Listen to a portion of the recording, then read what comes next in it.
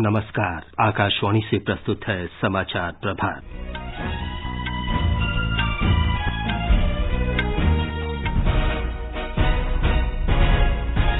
प्रधानमंत्री नरेंद्र मोदी ने संयुक्त राष्ट्र में बहुपक्षीय सुधारों का दायरा बढ़ाने की अपील की।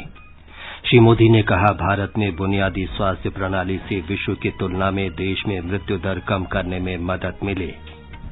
निर्वाचन आयोग ने देश में कोविड महामारी के मद्देनजर चुनाव प्रचार के बारे में राजनीतिक दलों से राय मांगी। कोलकाता हवाई अड्डे पर 6 शहरों से आने वाली उड़ानों पर प्रतिबंध 31 जुलाई तक बढ़ाया गया। भारतीय प्रौद्योगिकी संस्थान IIT में इस वर्ष प्रवेश के लिए 12वीं कक्षा में 75% अंक की अनिवार्यता समाप्त की गई। पूर्वोत्तर राज्यों की सभी राजधानियों को वर्ष 2023 तक रेल नेटवर्क से जोड़ा जाएगा। और संयुक्त राष्ट्र ने तहरीके तालिबान पाकिस्तान का सरगना नूर वली मसूद को अंतर्राष्ट्रीय आतंकी घोषित किया। समाचार प्रभात में अपने सहयोगी सिद्धार्थ सिंह के साथ मैं विमलेंदु पांडे। प्रधानमंत्री नरेंद्र मोदी ने संयुक्त राष्ट्र में बहुपक्षीय सुधारों का दायरा बढ़ाने की अपील की है। उन्होंने कहा कि कोरोना संकट के बाद के समय में इसका स्वरूप समकालीन विश्व की वास्तविकता को परिलक्षित करने वाला होना चाहिए। संयुक्त राष्ट्र आर्थिक सामाजिक परिषद को कल रात संबोधित करते हुए श्री मोदी ने कहा कि संयुक्त राष्ट्र के 75 वर्ष पूरे होने का अवसर वैश्विक बहुपक्षीय प्रणाली में सुधार का संकल्प लेने का अवसर है, ताकि इसकी प्रासंगिकता और प्रभावशीलता बढ़े और ये मानव केंद्रित हो सके। Multilateralism needs to represent the reality of the contemporary world. Only reform multilateralism with a reformed United Nations as its center can meet the aspirations of humanity. Today, while celebrating 75th years of the United Nations, let us pledge to reform the global multilateral system, to enhance its relevance, to improve its effectiveness, and to make it the basis of a new type of human-centric globalization. Shri Modi ने कहा कि भारत ने परिषद की कार्यसूची तय करने में अपनी भूमिका निभाई है। उन्होंने कहा कि भारत सतत विकास लक्ष्यों को प्राप्त करने में अन्य विकासशील देशों की मदद भी कर रहा है। उन्होंने कहा कि कोरोना महामारी ने कई देशों के धैर्य की परीक्षा ली है। प्रधानमंत्री ने कहा कि निचले स्तर पर उपलब्ध स्वास्थ्य सुविधाओं के कारण भारत में कोरोना से मुक्त होने की दर काफी अच्छी है। Today our Ayushman Bharat scheme is the world's largest health protection program, covering 500 million individuals. In the fight against COVID, our grassroots health system is helping India ensure one of the best recovery rates in the world. प्रधानमंत्री ने कहा कि भारत में corona मुक्ति को एक जन आंदोलन का रूप देने के लिए सरकार और समाज के प्रयासों को समेकित किया गया है। श्री मोदी ने कहा कि इस क्रम में भारत ने 150 से ज्यादा देशों को चिकित्सा और अन्य सहायता उपलब्ध कराई है। प्रधानमंत्री ने भारत में समावेशी विकास के लिए किए गए प्रयासों की भी चर्चा की। श्री मोदी ने कहा कि पिछले 5 वर्षों के दौरान 11 करोड़ से अधिक परिवारों में शौचालय बनाए गए, जिससे ग्रामीण स्वच्छता 38% से बढ़कर 100% हो गई। प्रधानमंत्री ने बताया कि पिछले 6 वर्षों में सरकार ने 40 करोड़ लोगों के बैंक खाते खुलवाकर उन्हें बैंक सेवा से जोड़ दिया है। श्री मोदी ने कहा कि आयुष्मान भारत योजना दुनिया की सबसे बड़ी स्वास्थ्य सुरक्षा योजना है। इसके दायरे में 50 करोड़ लोग हैं। प्रधानमंत्री ने कहा कि पिछले कुछ वर्षों में भारत में कार्बन उत्सर्जन में प्रतिवर्ष 3 करोड़ 80 लाख टन की कमी आई है। इसके लिए गांव में बिजली पहुंचाई गई है, 8 करोड़ गरीब परिवारों को रसोई गैस उपलब्ध कराई गई है और ऊर्जा बचत के अन्य उपाय भी शुरू किए गए हैं। Over the past few years, we have reduced 38 million tons of carbon emissions annually.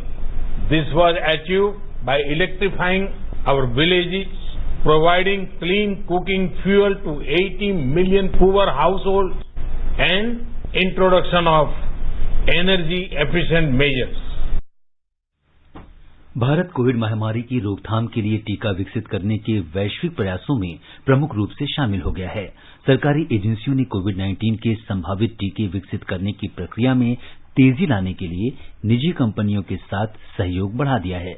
Bharat biotech और जाइडस कैडिला ने केंद्रीय औषधि मानक नियंत्रण संगठन से मंजूरी मिलने के बाद टीके का मानव परीक्षण शुरू कर दिया है। ब्यौरा हमारे संवाददाता से।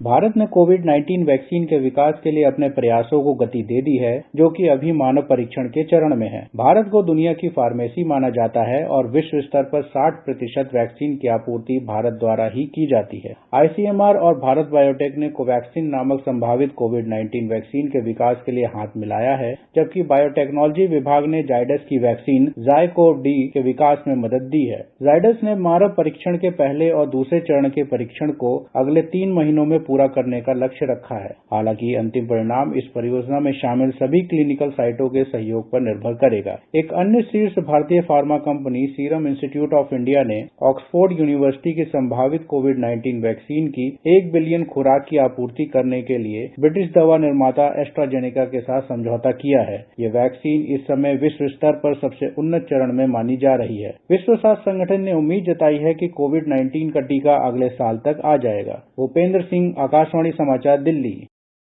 देश में इस समय करीब 3,42,000 कोविड मरीजों का इलाज चल रहा है। स्वास्थ्य और परिवार कल्याण मंत्रालय के अधिकारी ने बताया कि 1.94% से भी कम मरीजों को आईसीयू में, 0.35% मरीज वेंटिलेटर और 2.81% मरीज ऑक्सीजन सपोर्ट वाले बिस्तरों पर हैं। देश में 10 लाख की जनसंख्या पर केवल 18.6 लोगों की मृत्यु हुई है, जो विश्व में सबसे कम मृत्यु दर में से एक है। सभी राज्यों और केंद्र शासित प्रदेशों के समन्वित प्रयासों से संक्रमित लोगों की जल्दी पहचान करने में मदद मिली है।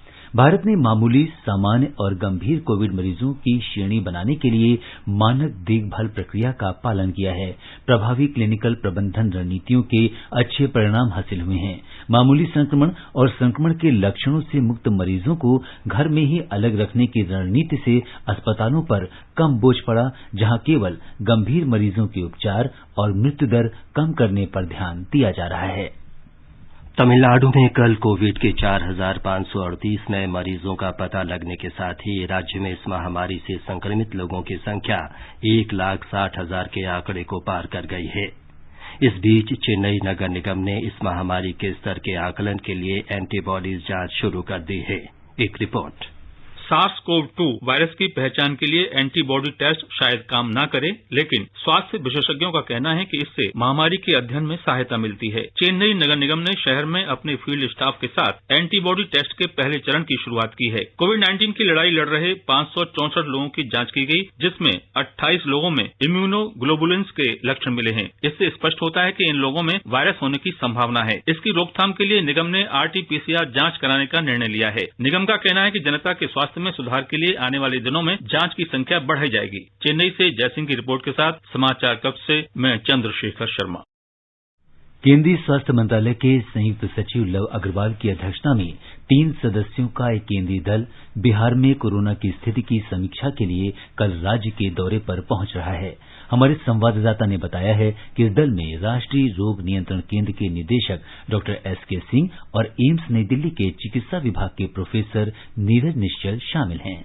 केंद्रीय टीम राज्य में कोरोना मरीजों की बढ़ती संख्या के मद्देनजर राज्य के वरिष्ठ अधिकारियों के साथ पटना में समीक्षा बैठक करेगी। बैठक में राज्य की मौजूदा स्थिति और कोरोना की रोकथाम के लिए जरूरी कदम उठाने पर चर्चा की जाएगी। केंद्रीय स्वास्थ्य राज्य मंत्री अश्विनी कुमार चौबे ने बताया कि केंद्र सरकार बिहार की स्थिति पर पैनी नजर बनाए हुए है। मंत्रालय के अधिकारी राज्य के अधिकारियों से लगातार संपर्क में हैं। श्री चौबे ने कहा कि बिहार में टेस्टिंग बढ़ाने के लिए हर संभव मदद की जाएगी। इस बीच 1,742 नए मरीज मिलने के बाद राज्य में संक्रमितों की संख्या बढ़कर 23,300 हो गई है। 14,997 मरीज स्वस्थ हो गए हैं और 8,129 लोगों का इलाज चल रहा है। मरीजों के स्वस्थ होने की दर 64% है। आकाशवाणी समाचार के लिए पटना से कृष्ण कुमार लाल।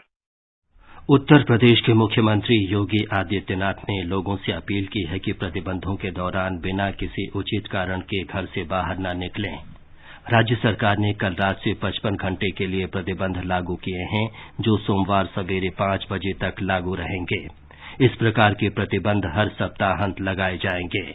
समीक्षा बैठक के दौरान प्रदेश के वरिष्ठ पुलिस और प्रशासनिक अधिकारियों के साथ बातचीत में मुख्यमंत्री योगी आदित्यनाथ ने कहा कि प्रदेश में कोरोना संक्रमण की दर को हर हाल में रोका जाए। उन्होंने कहा कि लखनऊ के प्रमुख संस्थानों एसजीपीजीआई, केजीएमयू और राम मनोहर लोहिया संस्थान के निदेशकों और वरिष्ठ डॉक्टरों की एक टीम गठित कर दी गई है, जिसकी मदद कोरोना के संक्रमण को रोकने में आ रही किसी भी समस्या को हल करने में ली जानी चाहिए। राज्य में कल रात से 55 घंटों के लिए प्रतिबंधों को लागू किया गया है। ये प्रतिबंध कल रात 10 बजे से चालू हो गए हैं और 20 जुलाई की सुबह 5 बजे तक जारी रहेंगे। पूरे प्रदेश में इन प्रतिबंधों के लागू होने के दौरान कोई भी कार्यालय नहीं खुलेगा और व्यापारिक गतिविधियां तथा बाजार बंद रहेंगे। हालांकि सभी आवश्यक और आपातकालीन सेवाएं पहले की तरह चलती रहेंगी। राज्यव्यापी स्वच्छता अभियान आज से शुरू किया जाएगा। प्रदेश के सभी 75 जिलों के हर ग्राम पंचायत और वार्ड में व्यापक स्वच्छता अभियान चलाए जाने के लिए नामित विशेष नोडल अफसरों को स्वच्छता और संचारी रोग विरोधी अभियान की निगरानी करने के लिए कहा गया है। सुशील चंद्र तिवारी, आकाशवाणी समाचार, लखनऊ। उत्तराखंड सरकार ने राज्य के 4 जिलों में आज और कल के लिए पूर्णबंदी की घोषणा की है। राज्य में कोरोना संक्रमित लोगों की संख्या अचानक बढ़ जाने के कारण ये निर्णय किया गया है। प्रदेश में कोरोना वायरस से संक्रमित लोगों की संख्या में बढ़ोतरी को देखते हुए राज्य सरकार ने हरिद्वार, उधम सिंह नगर और नैनीताल में आज शनिवार और कल रविवार को पूरी तरह लॉकडाउन किए जाने की घोषणा की है। इस दौरान आवश्यक सेवाएं जारी रहेंगी। दूध और उनसे बने उत्पादों के अलावा दवा की दुकानें खुलेंगी। राष्ट्रीय और प्रांतीय राजमार्गों पर मालवाहक वाहनों के आने जाने की अनुमति होगी। मुख्य सचिव उत्पल कुमार सिंह द्वारा जारी गाइडलाइन के अनुसार बिना किसी वाजिब वजहों के लोगों के आने जाने पर पाबंदी रहेगी। बाजार पूरी तरह बंद रहेंगे, लेकिन निर्माण कार्यों पर रोक नहीं रहेगी। इस बीच कल रात कोरोना संक्रमण के 120 नए मामले सामने आने के साथ ही राज्य में कोविड-19 के मामले बढ़कर 4000 से अधिक हो गए हैं, जबकि 3021 मरीज स्वस्थ होकर घरों को लौट गए हैं। राज्य में एक्टिव केसेस संख्या 996 है। राघवेश पांडे, आकाशवाणी समाचार, देहरादून। मध्य प्रदेश में गृह विभाग ने कोरोना संक्रमण को रोकने के लिए सभी जिलाधिकारियों को अंतर्राज्यीय सीमा पर विशेष निगरानी रखने का निर्देश दिया है। राज्य में आने वाले लोगों में कोरोना के लक्षणों की पहचान के भी निर्देश दिए गए हैं। मुख्यमंत्री शिवराज सिंह चौहान ने भी कोरोना समीक्षा बैठक के दौरान इन निर्देशों को लागू करने को कहा है। एक रिपोर्ट। अपर मुख्य सचिव गृह एसएन मिश्रा ने निर्देश दिए हैं कि अंतर्राज्यीय सीमाओं पर स्थित जिलों के लिए यह जरूरी है कि वे पड़ोसी राज्य के जिलों में संक्रमण की स्थिति की निरंतर निगरानी करें। जहां जरूरी हो वहां अंतर्राज्यीय सीमा पर लोगों की आवाजाही नियंत्रित करने के उपाय भी किए जाएं। अनेक जिलों में यह व्यवस्था की गई है कि पड़ोसी राज्यों के संक्रमण प्रभावित जिलों से आने वाले लोग उस जिले के कंट्रोल रूम में अपने आगमन की सूचना देते हैं, जिससे उनके स्वास्थ्य की जांच हो जाती है। श्री मिश्रा ने सभी कलेक्टर से कहा कि इन निर्देशों पर कड़ाई से अमल हो। वहीं मध्य प्रदेश में पिछले 24 घंटों में कोविड-19 के 704 नए मामले मिलने के साथ ही यहां संक्रमित लोगों की संख्या बढ़कर 21,082 हो गई है। राज्य में कोरोना संक्रमण से अब तक 698 लोगों की मृत्यु हुई है। मध्य प्रदेश में पिछले 24 घंटों के दौरान अस्पतालों से कुल 387 लोगों को छुट्टी मिली है। इसके फलस्वरूप अब तक कोरोना संक्रमण से स्वस्थ होने वाले लोगों की संख्या 14,514 हो गई है। राज्य में फिलहाल 2,142 एक्टिव कंटेनमेंट क्षेत्र हैं। संजीव शर्मा, आकाशवाणी समाचार, भोपाल। गुजरात में 4 सदस्यों के केंद्रीय दल ने राज्य में कोविड-19 की स्थिति की समीक्षा की और राज्य में और विशेष रूप से अहमदाबाद में कोरोना संक्रमण रोकने के प्रयासों की सराहना की।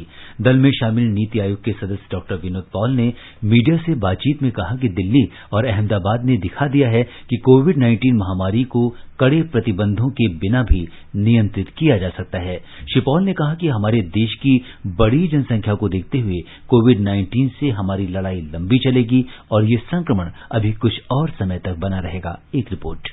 श्री पॉल ने कपड़ा और हीरा इकाइयों में काम कर रहे श्रमिकों के लिए स्थानीय अधिकारियों द्वारा जारी किए गए मानक संचालक प्रक्रिया की सराहना की और कहा कि इनको सामान्य रूप देने की आवश्यकता है ताकि इसे पूरे देश में लागू किया जा सके। उन्होंने काम पर लौटने के वक्त श्रमिकों की सुरक्षा सुनिश्चित करने पर जोर दिया। आज दिल्ली रवाना होने से पहले एम्स निदेशक डॉक्टर रणदीप गुलेरिया उपचार प्रोटोकॉल के बारे में सरकारी तथा निजी अस्पतालों के चिकित्सकों के साथ एक वीडियो कॉन्फ्रेंस करेंगे। इस बीच पिछले 24 घंटों में राज्य में में कोरोना वायरस के 949 नए मामले सामने आए हैं, जिससे कुल मामलों की संख्या 46,516 हो गई है। कल 770 रोगियों को विभिन्न अस्पतालों से छुट्टी दे दी गई, जबकि 17 रोगियों ने संक्रमण के कारण अपनी जान गंवाई। राज्य में कोरोना वायरस से अब तक 32,944 मरीज ठीक हो चुके हैं।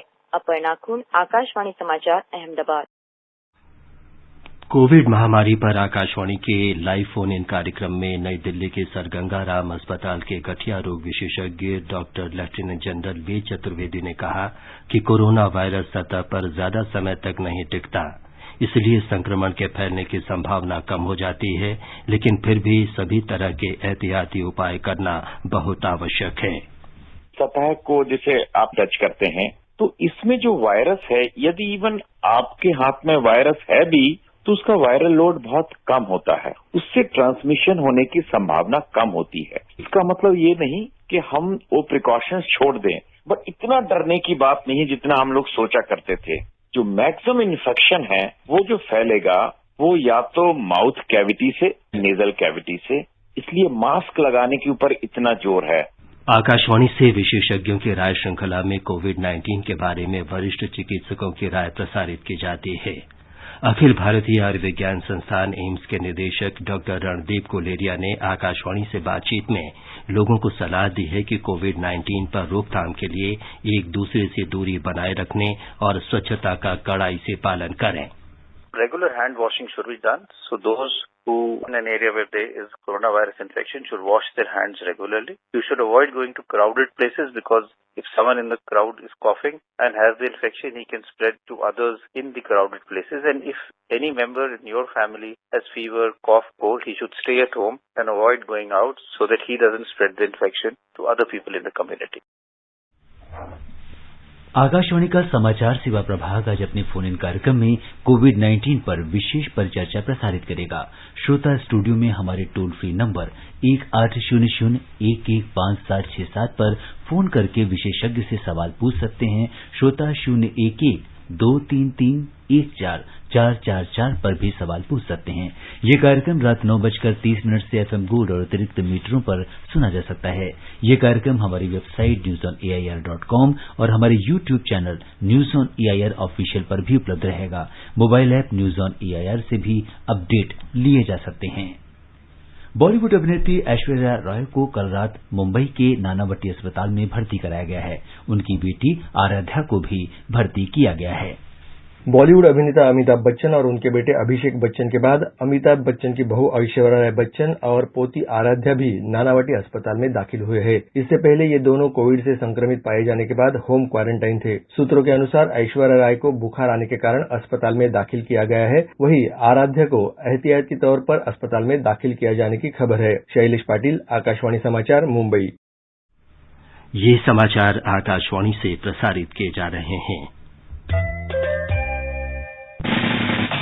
खुजली झटपट दूर करे, मोहे जालिम लोशन, वही नाम वही काम, कुछ भी नहीं बदला, चर्म रोगों का दुश्मन जालिम लोशन। समाचार प्रभात में आपका फिर स्वागत है। आगे बढ़ने से पहले एक नजर फिर से मुख्य समाचारों पर। प्रधानमंत्री नरेंद्र मोदी ने संयुक्त राष्ट्र में बहुपक्षीय सुधारों का दायरा बढ़ाने की अपील की। श्री मोदी ने कहा, भारत में बुनियादी स्वास्थ्य प्रणाली से विश्व की तुलना में देश में मृत्यु दर कम करने में मदद मिली। निर्वाचन आयोग ने देश में कोविड महामारी के मद्देनजर चुनाव प्रचार के बारे में राजनीतिक दलों से राय मांगी। कोलकाता हवाई अड्डे पर 6 शहरों से आने वाली उड़ानों पर प्रतिबंध 31 जुलाई तक बढ़ाया गया।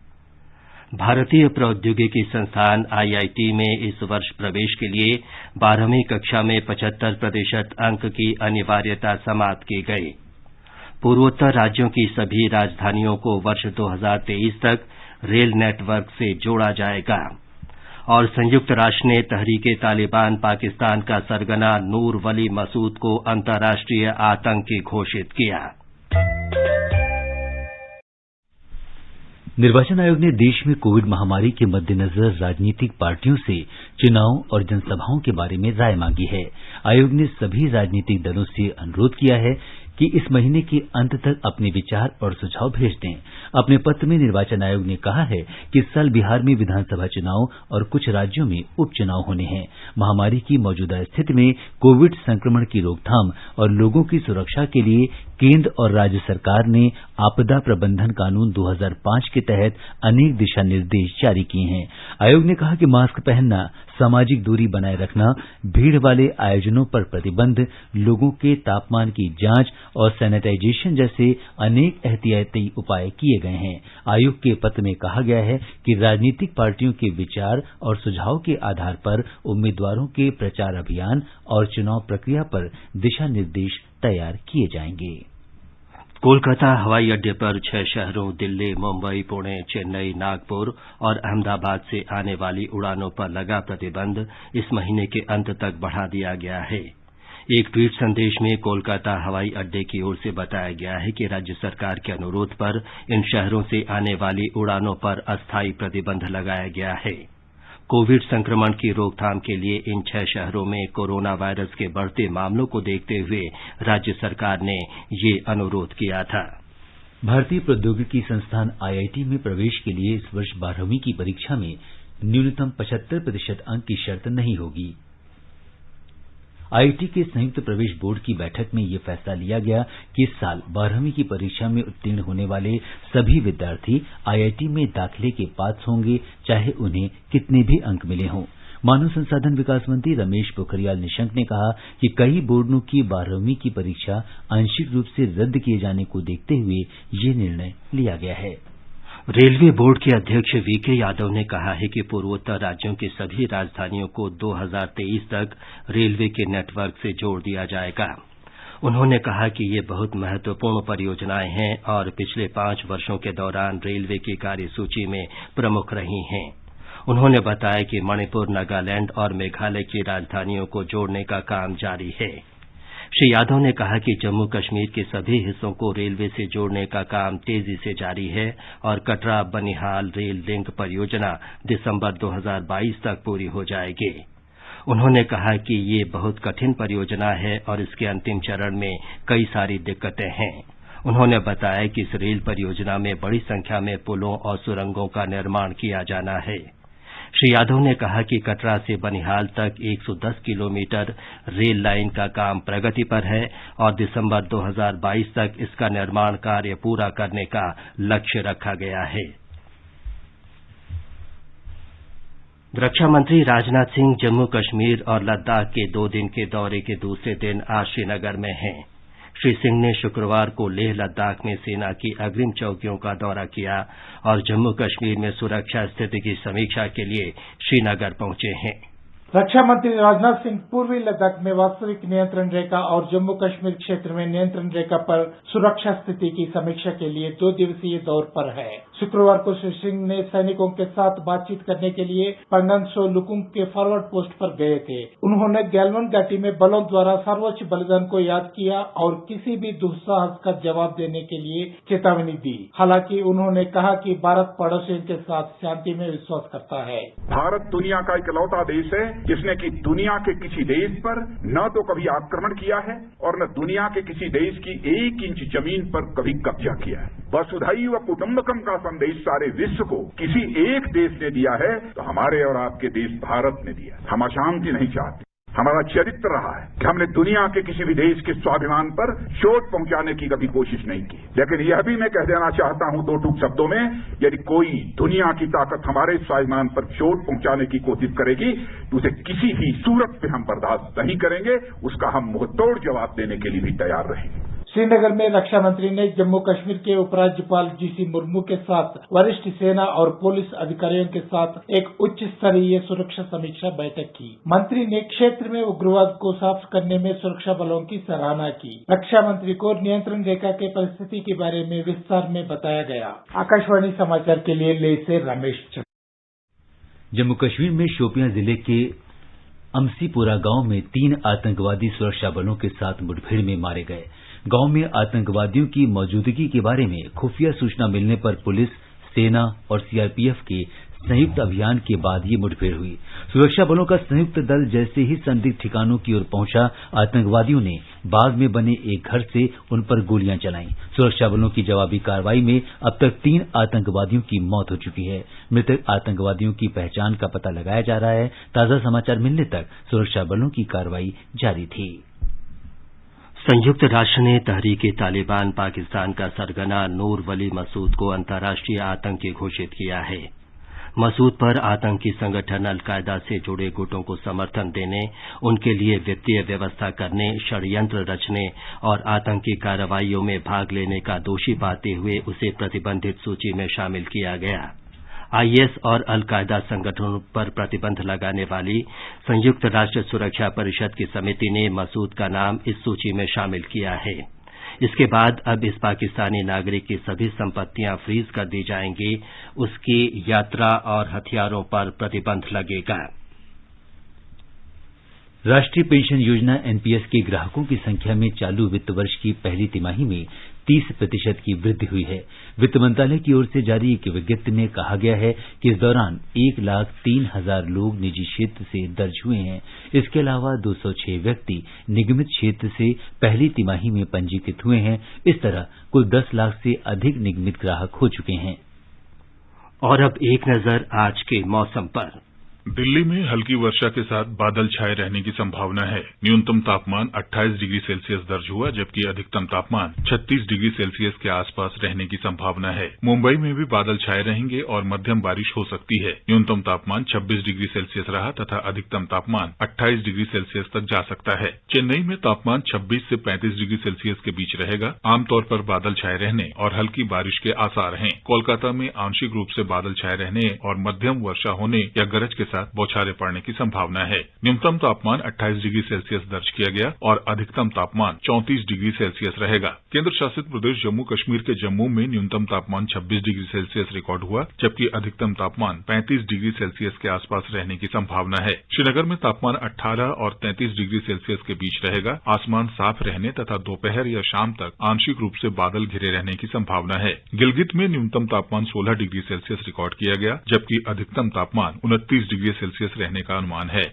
मुजफ्फराबाद में न्यूनतम तापमान 22 डिग्री सेल्सियस रिकॉर्ड किया गया, जबकि अधिकतम तापमान 37 डिग्री सेल्सियस के आसपास रहने की संभावना है। चंडीगढ़ में आमतौर पर बादल छाए रहेंगे। 1 या 2 बार बारिश या गरज के साथ छींटे पड़ सकते हैं। बेंगलुरु में तापमान 20 और 26 डिग्री सेल्सियस के बीच रहेगा। अहमदाबाद में आंशिक रूप से बादल छाए रहने और हल्की बारिश की संभावना है। भोपाल में बादल छाए रहने और मध्यम वर्षा होने का अनुमान है। न्यूनतम तापमान 23 डिग्री रहा, जबकि अधिकतम तापमान 32 डिग्री सेल्सियस के आसपास रहेगा। पटना में भी बादल छाए रहने और वर्षा या गरज के साथ धूल भरी आंधी के आसार हैं। तापमान 27 से 37 डिग्री सेल्सियस के बीच रहने का अनुमान है। समाचार कक्ष से धर्मेंद्र। ये समाचार हमारी वेबसाइट newsonair.com/hindi पर भी उपलब्ध हैं। और सिद्धार्थ, अब बताएं आज के समाचार पत्रों में क्या खास है।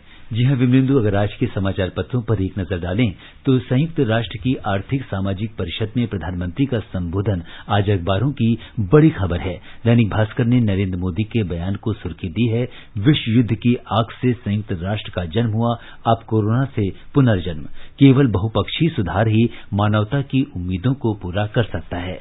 अंत में मुख्य समाचार एक बार फिर। प्रधानमंत्री नरेंद्र मोदी ने संयुक्त राष्ट्र में बहुपक्षीय सुधारों का दायरा बढ़ाने की अपील की। श्री मोदी ने कहा, भारत में बुनियादी स्वास्थ्य प्रणाली से विश्व की तुलना में देश में मृत्यु दर कम करने में मदद मिली। निर्वाचन आयोग ने देश में कोविड महामारी के मद्देनजर चुनाव प्रचार के बारे में राजनीतिक दलों से राय मांगी। कोलकाता हवाई अड्डे पर 6 शहरों से आने वाली उड़ानों पर प्रतिबंध 31 जुलाई तक बढ़ाया गया। और भारतीय प्रौद्योगिकी संस्थान IIT में इस वर्ष प्रवेश के लिए 12वीं कक्षा में 75% अंक की अनिवार्यता समाप्त की गई। इसके साथ ही समाचार प्रभात का ये अंक समाप्त हुआ। नमस्कार।